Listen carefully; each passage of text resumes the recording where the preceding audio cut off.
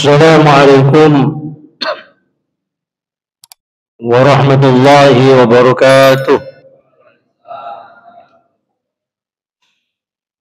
Bismillahirrahmanirrahim. Alhamdulillahirabbil alamin. Wa bihi nasta'in ala umurid dunya waddin.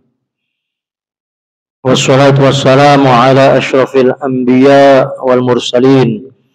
Sayyidina wa maulana Muhammad wa ala alihi wa sahbihi ajma'in. La tadarni fardahu wa anta khairul warithin.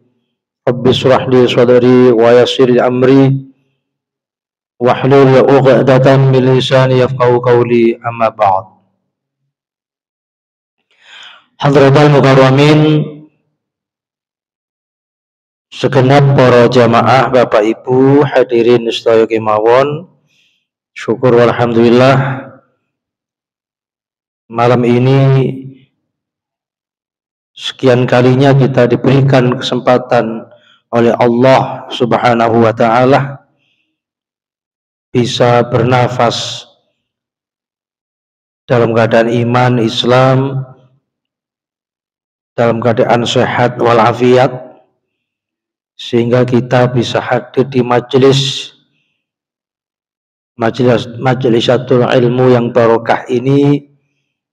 Mudah-mudahan senantiasa mendapat karunia rahmat ridho Allah Subhanahu wa ta'ala, istiqomah hingga husnul khatimah. Amin ya rabbal alamin. Mari sekarang kita buka halaman 279.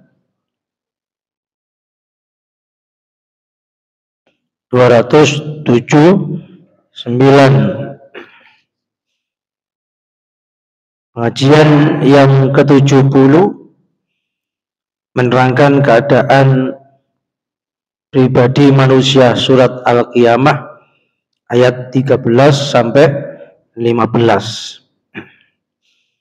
A'udzu billahi minasyaitonir rajim. Bismillahirrahmanirrahim. Yunabba'ul insanu yawma idzin bima qaddama wa akhkhar balil insanu ala nafsihi basiratu walau alqa ma'adzirah. Yunabba diwenehi weruh, diberitakan sapa al insanu menungso yauma idzin ana ing dina iki yaumul qiyamah.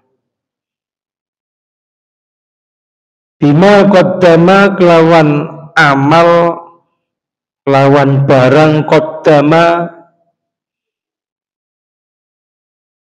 kang awal apa ma, wa akhara lan akhir apa ma, balil insan balik menungso iku ala nafsihi ingatasi awak dhewe ne insan iku basirah ningali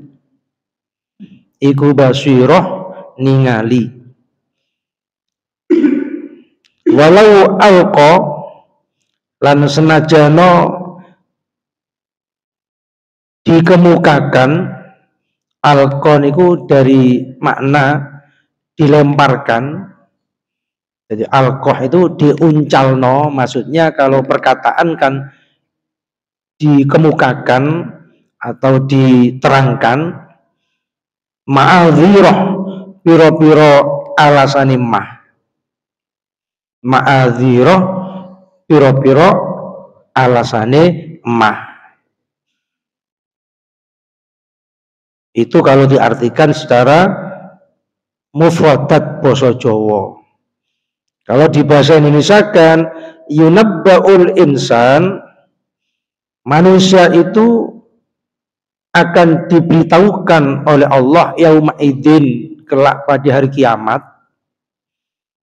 ketika di pengadilan Allah di alam mahsyar, diberitakan, disampaikan oleh Allah kepada manusia bima qaddama, amal apapun yang mereka lakukan di awal, wa akhara demikian pula amal yang di kemudian hari, di akhir.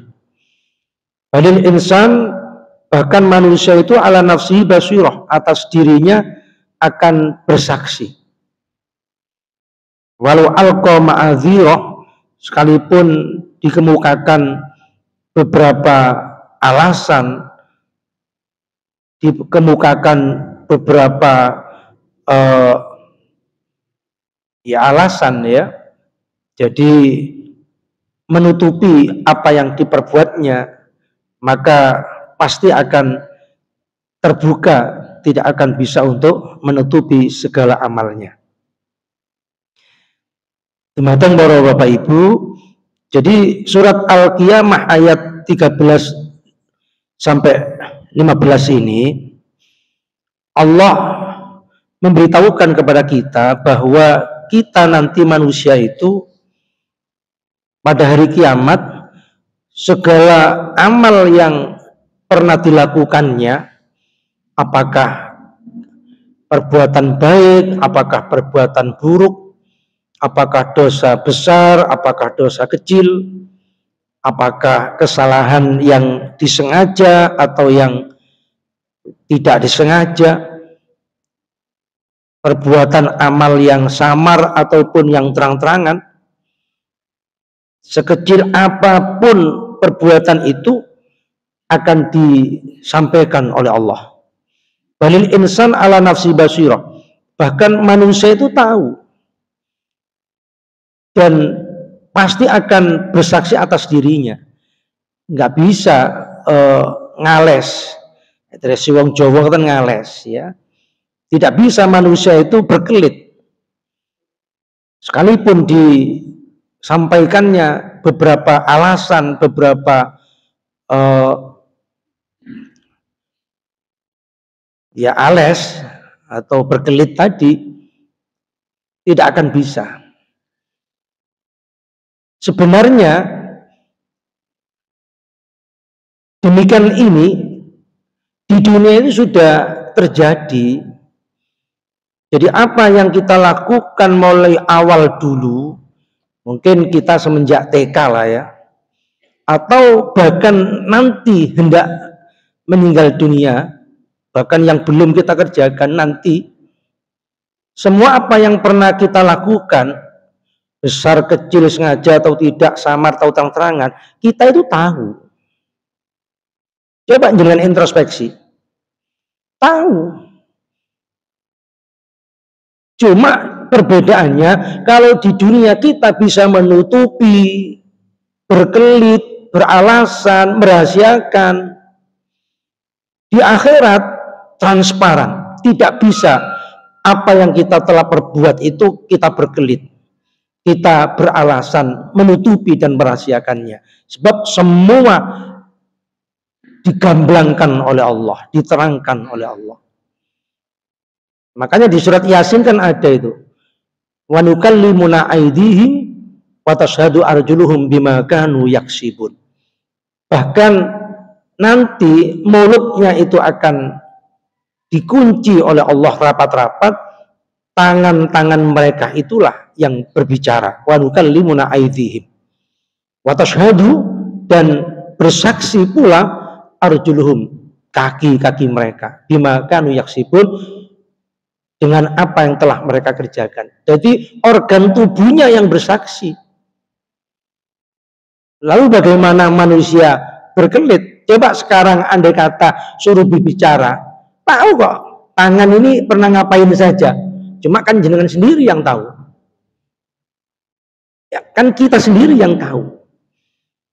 Mata ini pernah untuk melihat apa saja, kan mata yang tahu. Kemaluan kita untuk apa saja, yang tahu kan kemaluan kita, diri kita yang tahu. Cuma di dunia kita pintar merahasiakan. Di dunia kita pandai untuk menyembunyikan. Dan itu memang oleh Allah diperintahkan seperti itu. Misalnya di sholat itu kan ada doa di antara duduk di antara dua sujud. Rabbi firli warhamni wajburni. Kalimat wajburni itu bisa diartikan lapangkan, bisa diartikan rahasiakan. Jadi rahasiakan ya Allah aib-aib kami. Sehingga andai kata aib kita itu di dunia ini ditampakkan oleh Allah, barangkali kita menjadi manusia kuper, nggak berani keluar dari kamar, dari rumah, malu, jadi manusia pemalu kita. Mengapa kita sampai sekarang menjadi manusia pemberani, manusia yang berani mejeng, nongol, bermasyarakat dan sebagainya, bahkan pula mungkin berdakwah, karena nggak tahu rahasia kita.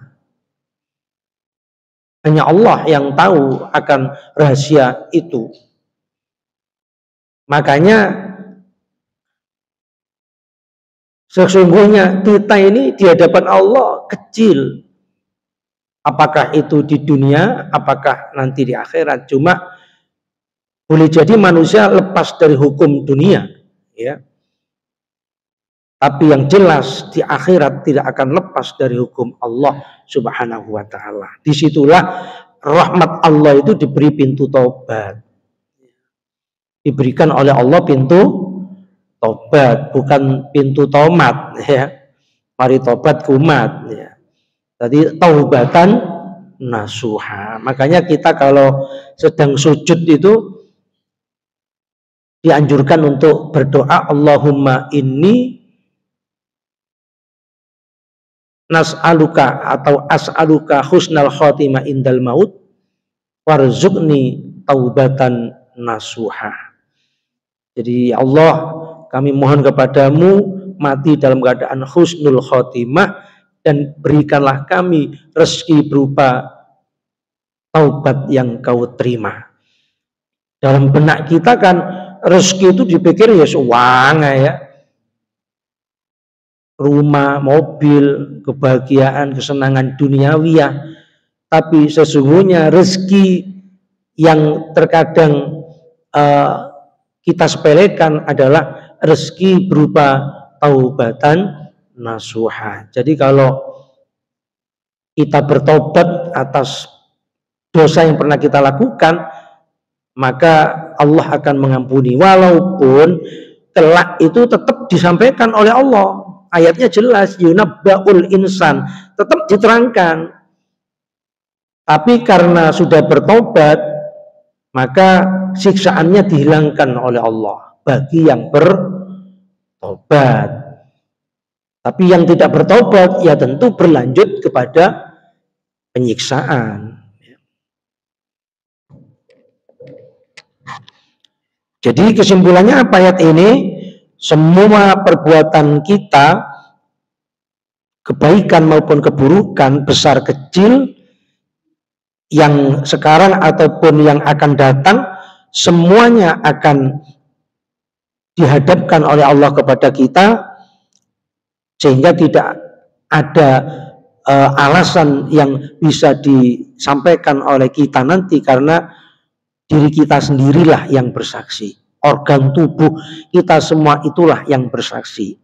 Kalau di dunia boleh jadi bisa menutupi, tapi kalau di akhirat kita tidak akan sanggup dan mampu untuk menutupinya. Lanjut, diriwayatkan dari Nabi SAW, man asyarat alaihi hajatuhu, barang siapa yang asyarat, kesukaran, kesulitan, mendapat problem, mendapat masalah yang berat, yang sulit, fal yukthir minas sholati aliyah, maka hendaknya memperbanyak membaca sholawat kepadaku, kata Rasul. Fa innaha taksiful humum wal ghumum wal kurub wa tuksilul arzaqa wa taqudil hawaiz. Maka sesungguhnya membaca sholawat itu taksifu, isok buka al-humum ing kesusahan, wal ghumum lan kesedihan, wal kurub lan kesulitan, Wa tukthirul arzaqa lan ngakehaken ing pira-pira rezeki, wa taqdilan nekaaken apa sholawat al hawaiz ing pira-pira hajat. Makanya ada istilah sholawat nariyah itu. Sholawat nariyah, nariyah dari arti api ya, dari kata api, membakar. Jadi dengan kita membaca sholawat nariyah itu membakar semua kesulitan dan dosa-dosa kita dengan wasilah sholawat atas Nabi. Jadi yang dimaksud itu ya wasilah bersolawat. Orang yang nggak paham kadang sholawat nariyah itu syirik gitu, nah, karena nggak paham ya. Jadi berkat sholawatnya, bukan lalu Nabi itu yang bisa memenuhi hajat dan sebagainya. Itu namanya wasilah ya. Allahumma sholli sholatan kamilatan wa sallim salaman taman ala sayyidina Muhammadin alladhi tanhallu bihil uqadu wa tanfariju bihil qurabu wa tuqadha bihil hawaiju wa tunalu bihil raghaibu wa husnul khawatimi wa yustasqal ghamamu biwajhil karim wa ala alihi wa sahbihi fi kulli ramhatin wa nafasim bi'adadi kulli ma'lumil lak. Sholawat nariyah itu berdasar dawuhipun Kanjeng Nabi ini. Jadi barang siapa yang mendapat kesulitan, mendapat problem kehidupan, susah, sumpek dan lain sebagainya, atau punya hajat untuk agar dikabulkan oleh Allah, fal yuksir minas sholah, perbanyak membaca sholawat. Jadi bukan minta kepada Rasulullah, tapi minta kepada Allah berwasilah membaca sholawat. Karena faedah daripada memperbanyak sholawat tersebut, pertama taksyiful ghumum wal ghumum, humum dan ghumum. Jadi membuka semua kesusahan dan kesedihan, sing jenenge sumpek, gundah gulana, galau, kesedihan dan lain sebagainya itu akan dihindarkan oleh Allah. Wal kurub itu juga kesulitan dari segala problem kesulitan hidup. Apakah problem rumah tangga, kantor, bermasalah pekerjaan dengan istri, anak, walhasil semuanya. Waktu sirul arzak, memperbanyak rezeki, rezekinya akan didatangkan oleh Allah min haitsu la yahtasib, dengan tidak disangka-sangka sebelumnya. Makanya orang itu diberikan oleh Allah rezeki itu ada dua tipe. Jangan tipe yang mana nggak tahu. Ada orang diberikan rezeki tipe al-kasab. Jadi al-kasab itu mendapatkan rezeki, misalnya untuk memenuhi kebutuhan hidupnya, mendapatkan uang, harta dan sebagainya, itu dengan bersusah payah, dengan bersusah payah dulu. Itu apa? Tipe kasab itu.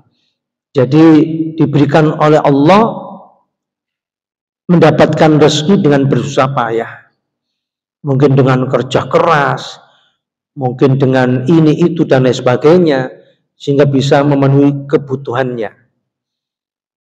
Ada yang tipe tajrid. At-tajrid itu adalah tipe orang yang mendapatkan rezeki dengan tidak bersusah payah. Ada orang meraih rezeki itu dengan tidak bersusah payah. Sebenarnya apakah tipe tajrid ataupun kasab tidak menjadi persoal, asal bisa menjadikan keistiqomahan amal soleh ibadahnya. Tapi biasanya kan potensi untuk melakukan amal istiqomah itu kan bagi yang tajrid kan lebih mudah, karena rezekinya diraih dengan tidak bersusah payah. Tapi yang mendapatkan rezeki dengan bersusah payah itu biasanya potensi sembrono dalam hal urusan ibadah. Biasanya. Tapi juga tidak mesti. Yang penting apakah tipe tajrid, apakah tipe kasab, yang penting ibadah bisa istiqomah. Walaupun tipenya tajrid mendapat rezeki dengan tidak bersusah payah, tapi kalau amal ibadahnya kotor,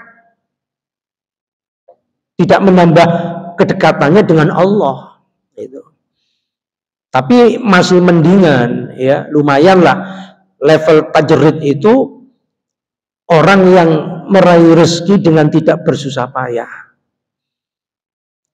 Makanya dengan memperbanyak baca sholawat, itu salah satunya amal yang mendorong seseorang itu level tajrid. Rezekinya dipermudah oleh Allah.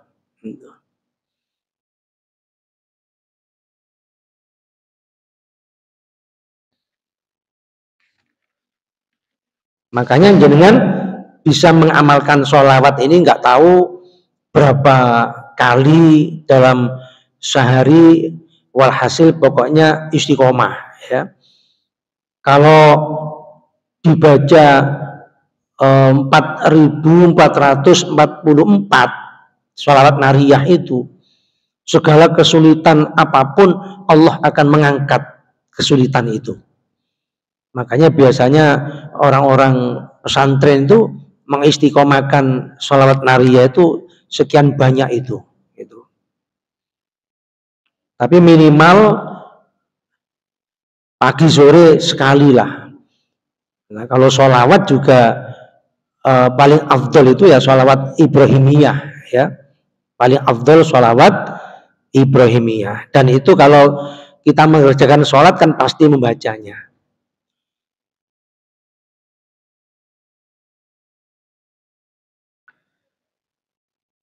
Kemudian jangan buka halaman 280.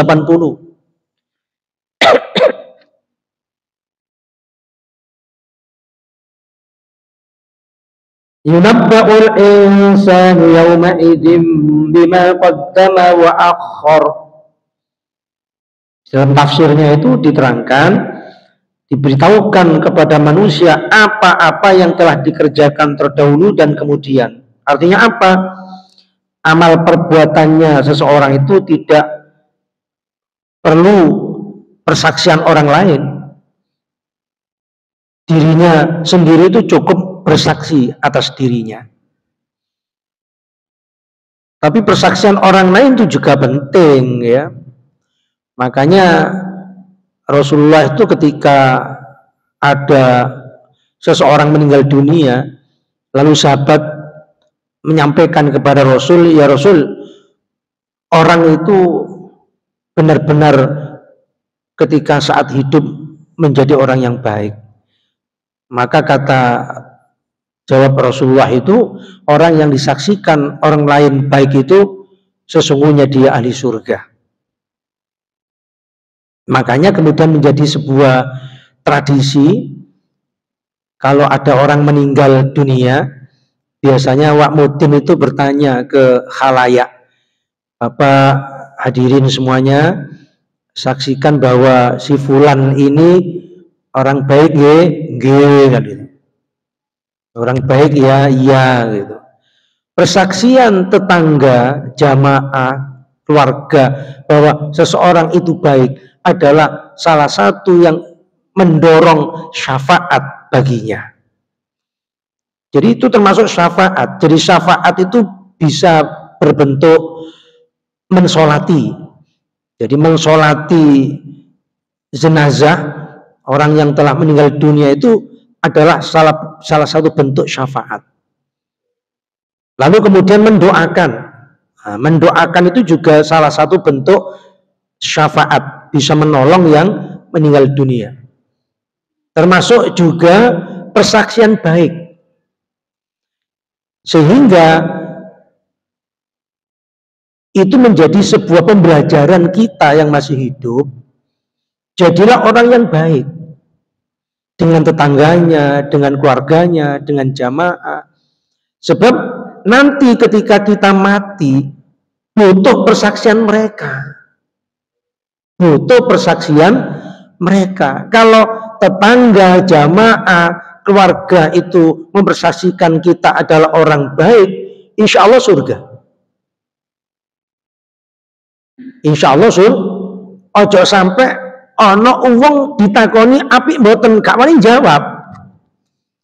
Aja menjawab iku ragu, biar welek resek ya gitu ya. Kacau ya. Gak dijawab ditakoni gitu.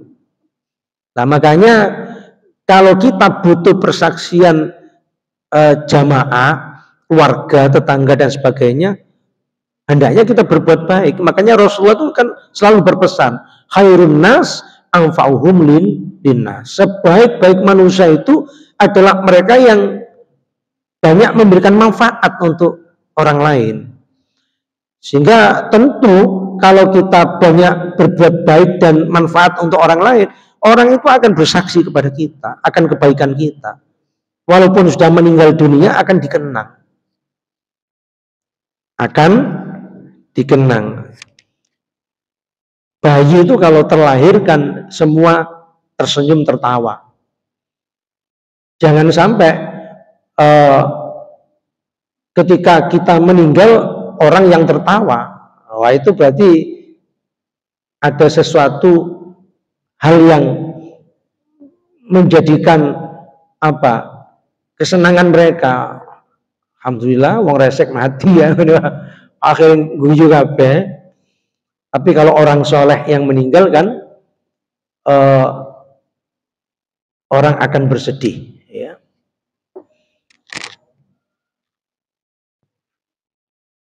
Kalimatani khafifatani 'alal lisan thaqilatani fil mizan habibatani ilar rahman.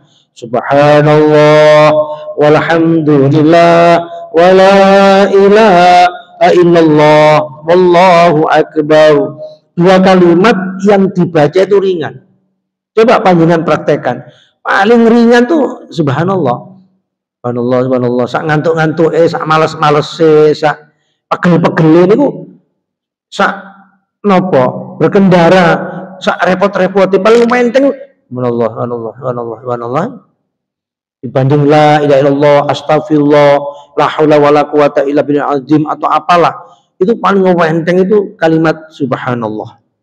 Enteng nong lesan, tapi menjadikan sakilatani, keduanya itu memberatkan timbangan kelak di akhirat. Habibatani yang sangat didemeni dening Gusti Allah, disukai dening Gusti Allah. Ilar Rahman, mengguni Gusti Allah. Apa itu? Subhanallah wa bihamdihi. Subhanallahil azim. Anjing dulu pernah saya berikan ijazah ya. Ini ijazah dari Yai Ghafur ya. Kalau asar subhanallah wa bihamdihi. Kemudian kalau maghrib subhanallah wa bihamdihi subhanallahil azim. Lalu kalau subuh subhanallah wa bihamdihi subhanallahil azim astagfirullah. Kan begitu. Masing-masing 100. Jadi subhanallah wa bihamdihi itu habis asar dibaca 100, Setelah itu mohon kepada Allah, ya Allah, hindarkan kami, keluarga kami dari semua kesialan, dari semua apes, dari semua apa? Wis pokoke barang gak seneng nih loh. Nggih sial, nggih napa? Apes, celaka, macam-macam nih. Hindarkan ya Allah, jauhkan ya Allah, hilangkan. Lah setelah maghrib, subhanallah wa bihamdihi subhanallahil azim 100 kali. Setelah itu memohon kepada Allah, berikan kebejan, berikan keselamatan, kebahagiaan, pokoknya sing bareng seneng-seneng tok. Bejo, nggih, bejo, seneng, bahagia, selamat dunia akhirat. Nah, terus yang ketiga setelah subuh, subhanallah wa bihamdihi subhanallahil azim astaghfirullah 100 kali memohon kepada Allah, mudah-mudahan diberikan oleh Allah rezeki yang luas, yang halal, yang banyak, yang baik. Rezeki itu bukan hanya uang saja loh ya, berbagai macam yang menyenangkan hati itu namanya rezeki. Kebahagiaan itu rezeki. Amal soleh bisa ibadah itu rezeki. Kalau sampai kabeh dina niki sok ngaji itu rezeki. Malah kalau orang itu levelnya itu ada dua kan, ada level ubad, ada level ma'rifat. Kalau ubad itu ibadah tapi masih ada tendensi, walaupun itu manusiawi, tapi levelnya masih tingkat ubad. Orang yang mengandalkan amal, jadi seakan-akan nanti sholat, poso, istiqomah, ibadah, ngaji macam-macam, itu mlebu swarga. Masih berharap mlebu swarga, menghindari maksiat bukan semata karena takut Allah, tapi takut dimasukkan neraka, siksa. Kan ada orang kadang melok toriko, iku ben rumangsane rezekine akeh, ben sugih, macam-macam ya, melok sigosa ben iso meraih keberuntungan. Engko poso pati geni sok ngilang gak sok balik kan gitu ya. Otot kawat balung wesi macam-macam. Ini masih tingkat ubad. Masih tingkat ubad. Jadi orang itu seakan-akan kenapa sukses? Ya karena usaha. Kenapa kaya? Ya karena bekerja. Kenapa pinter? Ya sekolah. Anak saya itu katanya begitu. Anak saya itu semuanya sukses. S2 semua. Ya karena kami selaku orang tua berusaha untuk bagaimana anak kita kuliahkan. No. Kita sekolahkan. Itu masih level ubad. Ya. Masih level ubad. Anak-anak itu. Tapi kalau orang itu sudah tingkat ma'rifat, maka dalam dirinya itu merasa bahwa dia itu seperti wayang. Ngerti wayang? Wayang itu ya nggak bisa berbuat apa-apa. Semua gerak-geriknya itu dijalankan oleh dalang. Jadi kalau orang ma'rifat, kehadiran kita di sini itu karena Allah. Bukan karena jenengan perasaan itu kepingin ngaji, betul. Ya karena Allah cinta jenengan, memilih jenengan, sehingga bisa hadir di majelis ini. Itu karena Allah yang mendorong, Allah yang memberjalankan, termasuk sampai detik ini menjadi orang yang ahli ibadah, sholat jamaah macam-macam itu ya karena Allah berkehendak. Jadi kita ini bagaikan wayang, sehingga yang menjalankan siapa? Ya Allah. Mas ada wayang melaku dewe, iso penonton melayu kabeh. Lah makanya kita ini berarti sesungguhnya selama kita beribadah semata syukur kepada Allah, itulah hakikat kita itu sudah masuk level ma'rifat. Mengenal Allah, merasa keindahan manisnya ibadah yang kita lakukan. Sehingga gak usah khawatir. Ini tadi kan sudah dijelaskan. Allah akan menceritakan sekecil apapun. Jadi apapun perbuatan kita itu dicatat. Abah Jalil itu rumahnya agak jauh, jadi itu pahalanya semakin banyak. Setiap langkah yang lebih banyak dari masjid ke rumahnya itu semakin banyak pahalanya. Kalau omai rodok tidak ya pahalanya ya rodok titik. Tapi apa sholat jamaah itu dihitung dari langkah saja? Mboten, softnya itu dihitung, soft itu dihitung. Lalu kemudian kedatangannya, apa datang sebelum adzan, apa datang setelah adzan, atau jauh sebelum adzan sudah datang di masjid, itu ada hitungannya. Kan di hadis diterangkan oleh Nabi, yang datang di masjid sebelum adzan itu kelak di akhirat dibangkitkan dalam keadaan bercahaya, wajah seperti matahari, mencolong terang gitu, tapi nggak menyilaukan. Yang begitu mendengar sebelum adzan sudah berwudu, tapi belum berangkat, tapi sudah berwudu, itu bercahaya seperti bulan purnama. Lah ketika adzan baru wudu, lalu kemudian berangkat, itu bercahaya seperti bintang. Lah terus rata sih nggak sembahyang, kira-kira kono padang iblis ane, atau senengane ngeri ya ini, nunggu komat ket berangkat, kayak oblek jangan-jangan ya, kayak lilin, ditiup angin enggak, mati enggak gitu. Makanya beda pahala kita itu. Makanya gak usah khawatir, walaupun tidak berharap pahala, pahala kita ini besar, luar biasa. Masing-masing berbeda, tergantung amalnya. Bun, monggo, barangkali sebelum saya akhiri ada yang menyampaikan pertanyaan? Ini salah. Betul tentang pas? Oh pas. Oh sedikit.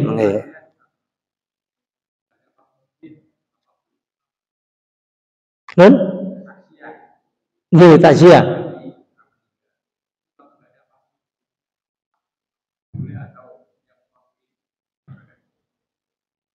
Ada orang meninggal dunia? Siapapun. Tapi kalau yang ngimami itu afdol keluarganya. Kalau yang ngimami, yang afdol dari keluarganya. Yang memandikan, yang afdol keluarganya. Tapi kalau untuk menyampaikan persaksian, ya siapapun boleh. Tapi yang jelas dari pun Kanjeng Nabi, saksikan orang itu kalau istiqomah jamaah di masjid itu pasti orang baik.